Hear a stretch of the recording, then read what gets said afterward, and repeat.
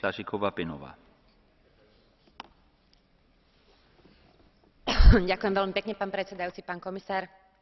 Politika boja proti terorizmu sa dostáva alarmujúco do popredia a s tým vstúpa aj nevyhnutnosť vytvorenia jednoznačných pravidiel na jej využívanie, a to najmä tak, ako uviedla spravodajkyňa, s ohľadom na dodržiavanie základných práv a ochranu údajov občanov Európskej únie.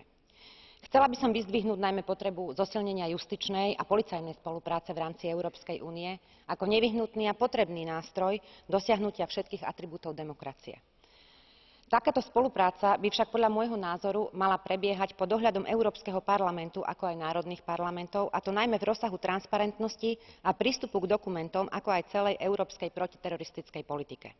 Navrhujem preto, aby došlo k posilneniu justičnej spolupráce najmä v oblasti obžaloby a vyšetrovania s možnosťou zmraziť majetok, ochranu svedkov a obetí takýchto trestných činov, mieru kompenzácie pre obete terorizmu a podobne. Apelujem preto na všetky inštitúcie Európskej únie, aby pri ich činnosti aplikovali chartu a dodržiavali všetky základné práva a slobody práve v takejto citlivej oblasti. Ďakujem, pán predsedajúci. Vielen Dank, Frau Kollegin Flašíková-Beňová. Ich darf nun zum Abschluss der Debatte Herrn stellvertretenden Kommissionspräsidenten Tajani das Wort erteilen.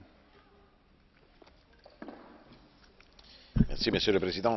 Tout d'abord, je veux remercier de la part de ma collègue Cecilia Malmström, que je représente ce soir ici, et Madame la rapporteure et les autres membres du